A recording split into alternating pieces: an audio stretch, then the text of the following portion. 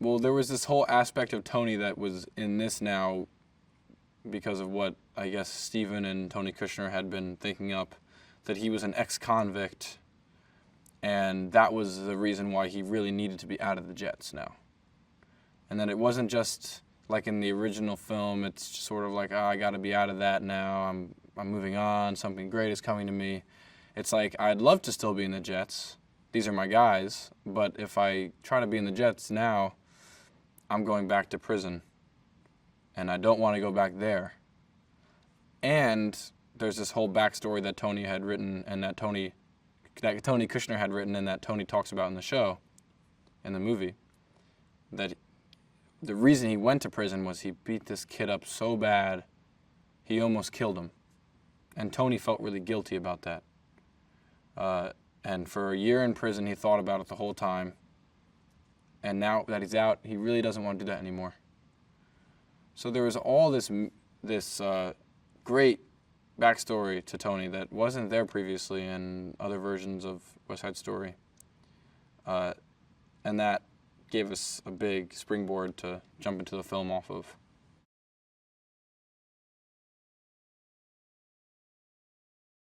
That's a great thing too about this movie, is that even though it is a remake of it, it still takes place in 1957. It shares qualities with the original movie. Some scenes are completely reimagined in a way that does the scene much better. Like Cool, for example, is now this scene between Tony and Riff and a bunch of Jets, where instead in the original it's Riff telling his Jets that they need to be cool.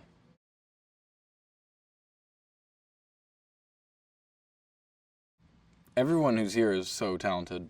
There's people who are on Broadway, people who have done film, people who haven't, but everyone is talented, passionate, full of love, full of hard-working nature, and we have amazing leaders, obviously. We have Steven Spielberg directing us. So I think that it doesn't matter that some people haven't even done movies before. It might even be better, because there's so much excitement that they're on a movie set and they're giving it their all.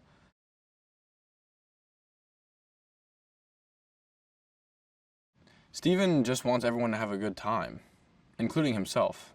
And something that he would always say to me is, "You still having fun?" And I say, "Yeah." He said, "Good."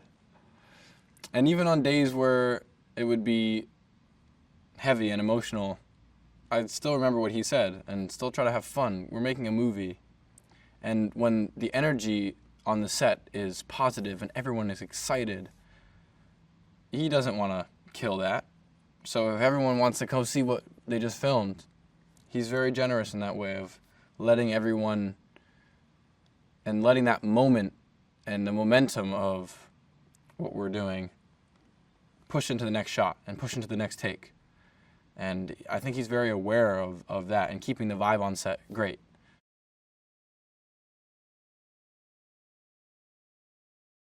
I'm sure that young people are going to be discovering West Side Story for the first time through this movie, and the music and the story and the show is more than honored in this version.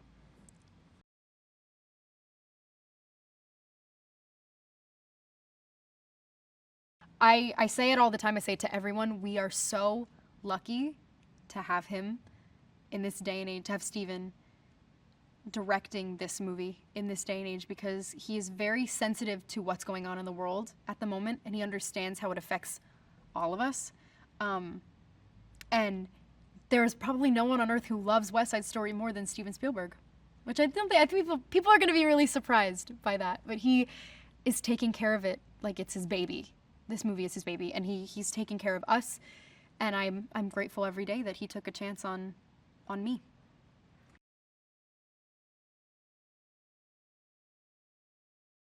It takes place in 1957 Manhattan, the West Side, and there's a really big transitional period for San Juan Hill, especially, which is where all the Puerto Ricans live in 1950s.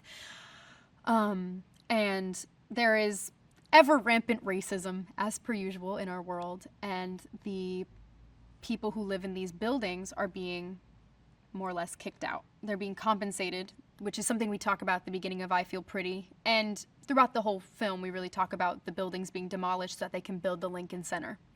So it takes place in that's the climate of New York, is there's white versus Puerto Rican, a lot of fighting, and people being kicked out of their homes to build a brand new place for white people, really.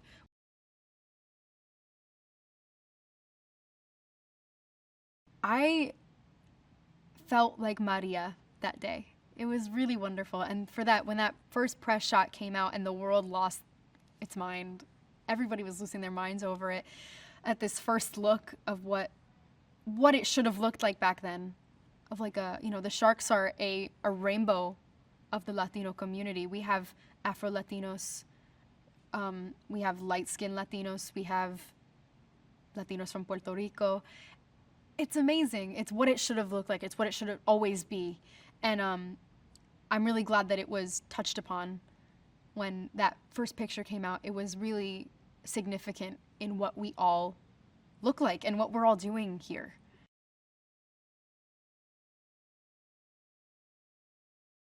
It's been really great to have her just as a reference, really. There was one day, I haven't had a lot of moments with her, I don't shoot with her very often. She's in the death scene. That's the only day I really had to shoot with her. But she was there for a couple days of rehearsal. And Ansel and I were singing the balcony scene. And after, she just looked at me and she said, "Maria lives." And that was enough for me. I was like, cool, great. Stamp of approval. We can rap. We're good. Check the gate. She's very inspiring. And she's also one of the only role models a lot of us had growing up as a Latina in the industry, and she's one of the most notable. So for her to be so legendary and to give her time to us, and she's also one of our producers, which we wouldn't be here without her.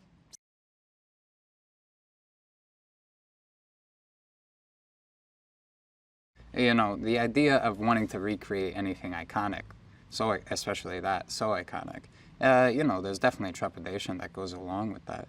But then once I knew that, well, Steven, of course, and Tony Kushner were behind it,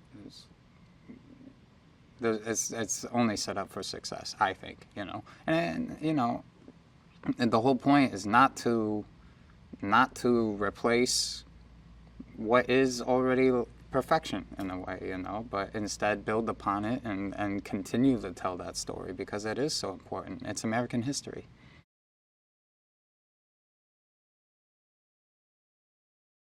Riff is someone of Tony's past that has really provided a certain coping and love that sustained Tony for a certain amount of time and has, helped him until it no longer served him.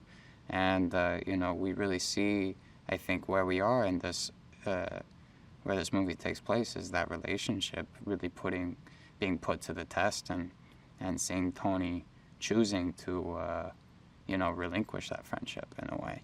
And Riff really trying to hold on as much as possible.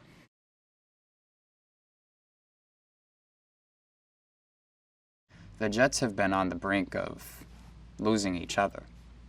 And so they've done everything in their power to try to just hold on to each other, which is their family, the only thing that they really do know. And the nearest outlet and energy for them happens to be the Sharks, this group of minorities that move in and are growing in population and kind of what the Jets perceive as taking over. And it's a real outlet for these guys to bond in a common enemy, and it's not for the better, but it's really the only way that the Jets kind of see to hold on to one another.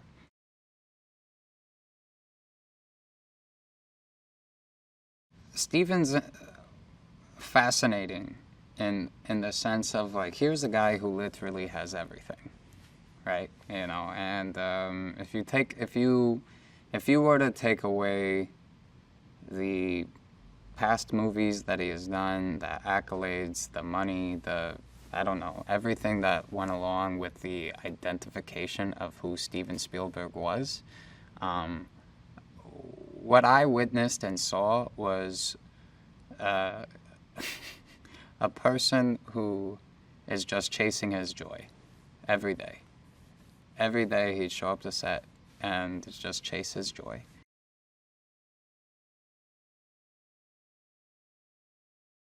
With Steven's help, with the help of the entire creative team, and especially Tony Kushner, like, I've been able to find something really new inside of her and who this character is, and something very deep that I think brings out another level of the characters, specifically Bernardo and Maria. I think we've done something really beautiful, and I think she's a beautiful representation of not only Puerto Rican women today, but of women in general, and what we go through, and the feelings that we feel but cannot talk about, and how hard it is to take a stand for your own goals and your own beliefs and your own ambitions.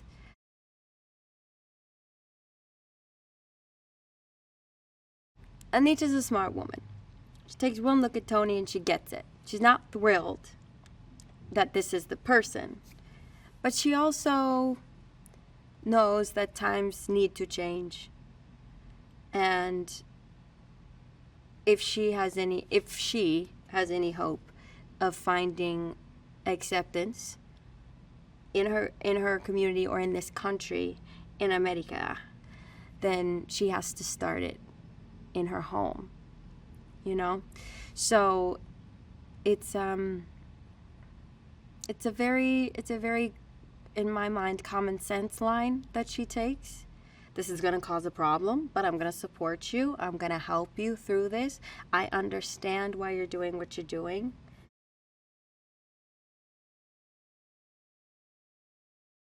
In turn, also working with Justin Peck and his team, Patty and Craig,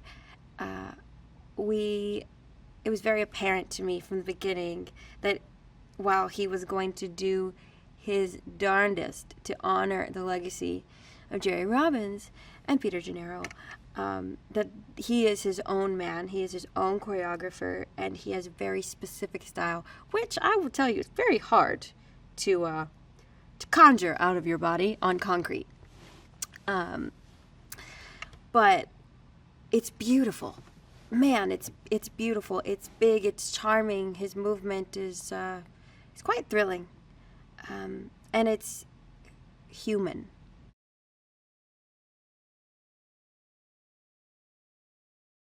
You know, technology and vision, and the times. Society has opened up lanes that allow this story to have more than one face. This is no longer a male-centric story.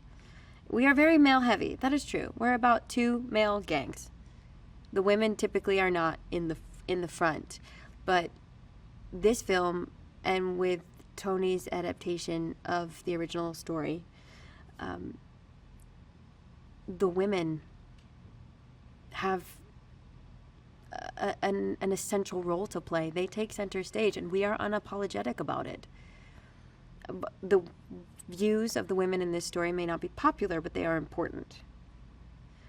And I think that's a part of the moment that we're in as a society, that women need to support one another, even though we may not understand each other and our beliefs. We have to be able to find the common ground. And what I love about West Side Story is that it is a story about love, unconditional love. It's about people in the margins who are just trying to find their place in the world and hold on to love where they could find it. Hey, Lisa here. Now, goofs or mistakes are common in the making of all movies, and according to the Movie Mistakes website, the movies with the most goofs are Apocalypse Now with 390, Harry Potter and the Prisoner of Azkaban has 296, Harry Potter and the Chamber of Secrets has 289, Superman 4 The Quest for Peace has 267, and The Lord of the Rings The Fellowship of the Ring has 262.